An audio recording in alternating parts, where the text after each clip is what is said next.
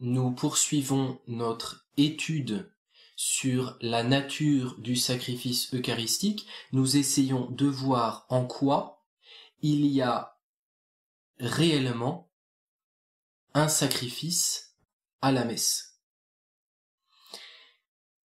Nous avons vu que pour qu'il y ait sacrifice, il faut une hostie, un prêtre, un acte sacrificateur. À la messe, l'hostie, c'est Jésus-Christ dans son humanité. Le prêtre, c'est Jésus-Christ, le prêtre principal, qui se sert de prêtre ministériel. Et l'acte sacrificateur, c'est la consécration. Le sacrifice de Jésus-Christ à la messe a lieu au moment précis de la consécration.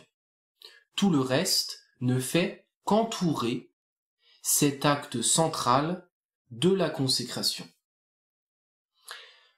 En effet, au moment de la consécration, le pain et le vin présents sur l'autel disparaissent pour laisser la place à la substance du corps et du sang de Jésus-Christ.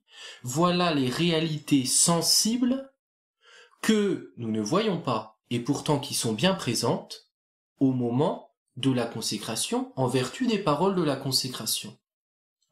C'est ce corps et ce sang de Jésus-Christ réellement présents qui vont permettre l'existence, la réalité du sacrifice. C'est le corps et le sang de Jésus qui vont être sacrifiés. La messe est le sacrifice du corps et du sang de Jésus-Christ. Nous avions fait la dernière fois quelques rappels concernant la présence réelle, concernant ce mystère de la transsubstantiation, c'est-à-dire du passage du pain au corps du Christ et du vin au sang du Christ. Nous poursuivons maintenant et nous nous demandons comment, par cette double consécration du corps et du sang de Jésus, comment Jésus est-il réellement sacrifié? Oui, notre foi nous dit qu'il y a présence réelle, d'accord, mais comment ou pourquoi peut-on réellement parler de sacrifice? Comment la consécration, c'est la même question dans d'autres termes, comment la consécration est-elle le renouvellement non sanglant du sacrifice de la croix? Comprenons bien cette question, lorsque l'on se demande comment elle est le renouvellement non sanglant, on veut dire par ce terme non sanglant, non physique. C'est-à-dire qu'à la messe, il n'y aura pas effusion physique du sang de Jésus. Il n'y aura pas séparation physique de son corps et de son sang. Cela d'ailleurs est impossible maintenant depuis la résurrection de notre Seigneur. Notre Seigneur ressuscité ne meurt plus. Il n'y a pas effusion physique du sang de Jésus à la messe. Par conséquent, il n'y a pas de sacrifice physique. Voilà alors ce que nous voulons dire lorsque l'on affirme sacrifice non sanglant. On dit que c'est un sacrifice qui n'est pas physique, mais c'est un sacrifice sacramentel. Il y a bien sacrifice réel, mais qui n'est pas physique, il est sacramentel.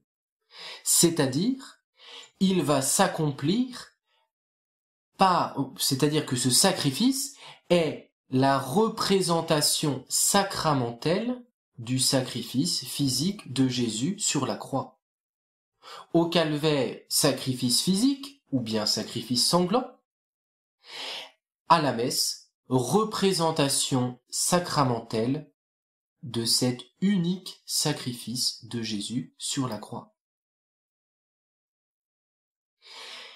Il y a à la messe sacrifice sacramentel par la séparation sacramentelle du corps et du sang de Jésus.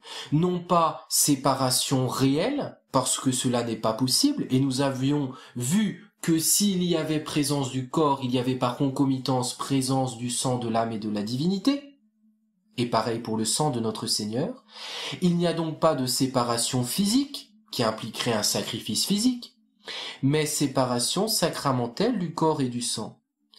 Par la première consécration, la consécration du pain, en vertu des paroles prononcées par le prêtre, il y a présence du corps du Christ, et seulement du corps du Christ, en vertu des paroles.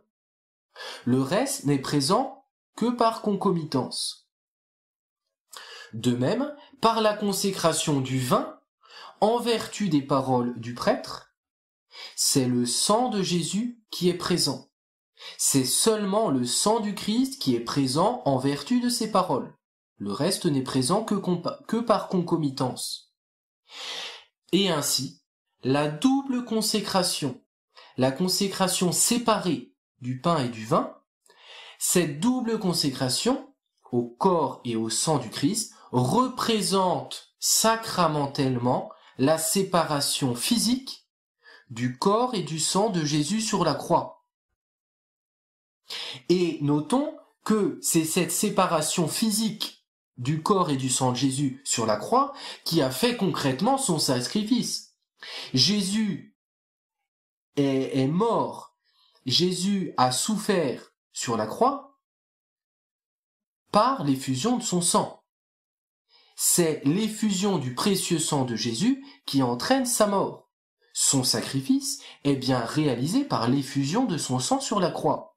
C'est cela l'essentiel, le cœur du sacrifice de Jésus au calvaire. Eh bien, la messe, dans cette double consécration, représente cette effusion de sang. Elle représente la séparation réelle du corps et du sang de Jésus, accomplie lors de son sacrifice physique sur la croix. Et alors, puisque la double consécration représente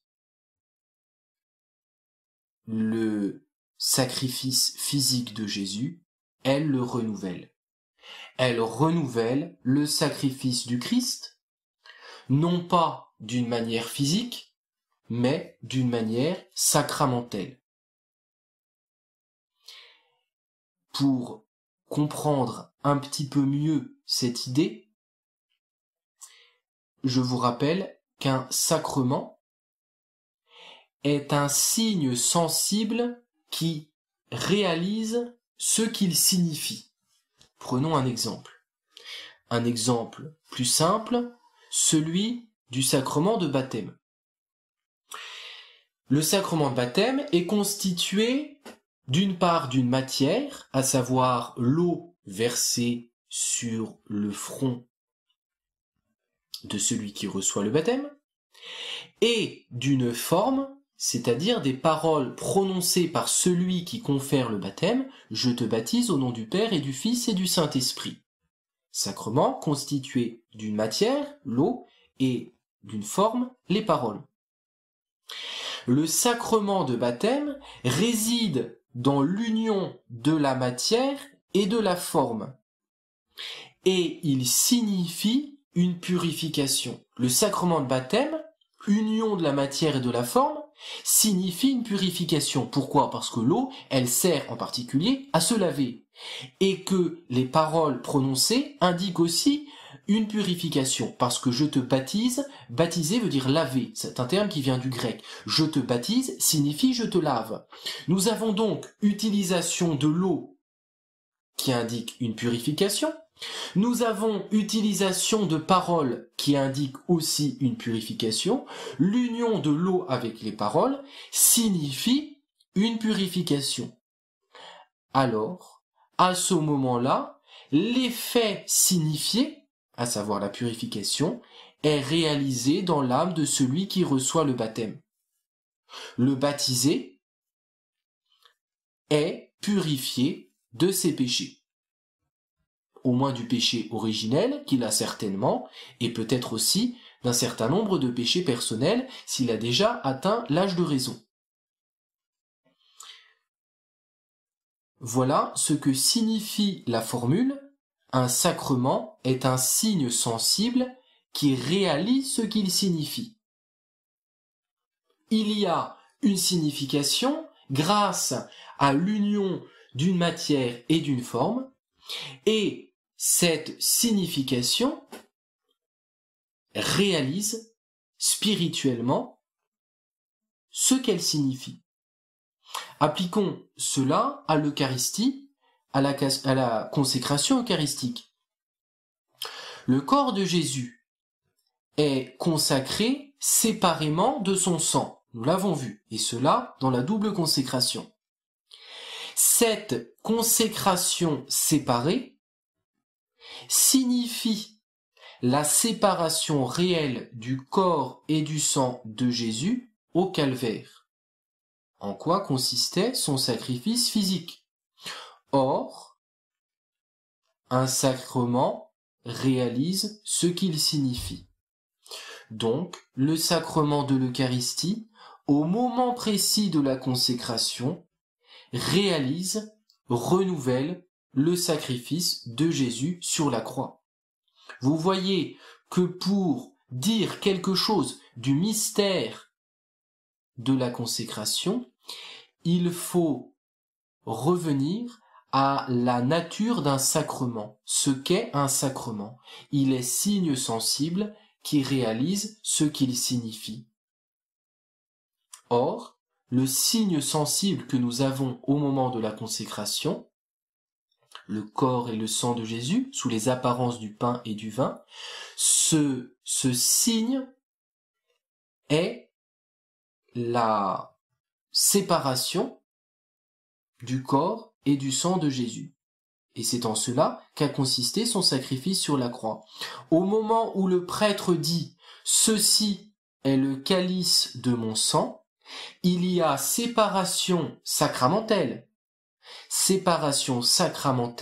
du corps et du sang de Jésus.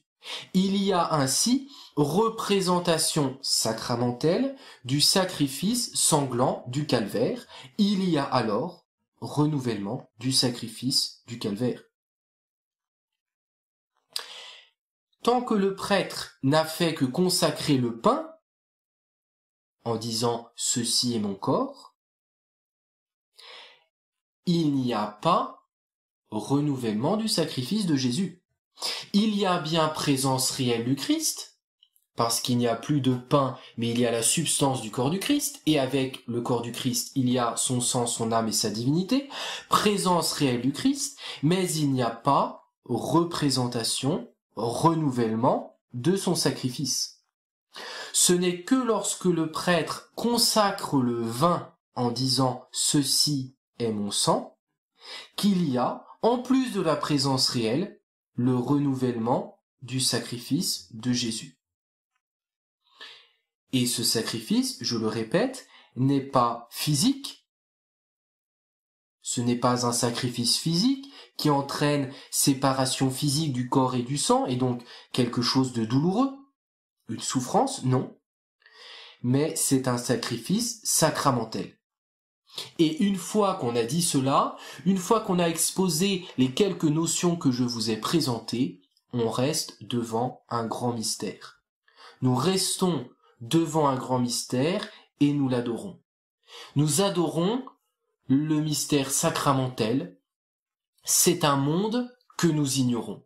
C'est un monde à part dont nous n'avons pas l'expérience ni la compréhension. Nous avons l'expérience de notre monde physique et ainsi on peut, en une certaine manière, comprendre ce qu'est un sacrifice physique, parce qu'on peut le voir, parce que on peut en expérimenter quelque chose. Mais pour ce qui est du monde sacramentel, nous n'en avons pas l'expérience. C'est seulement notre foi qui nous l'enseigne. Alors, nous adorons ce mystère du sacrifice sacramentel de Jésus-Christ. Grâce à ces explications théologiques ou dogmatiques, nous avons pu préciser en quoi la messe, par la double consécration, est le renouvellement non sanglant du sacrifice de Jésus sur la croix.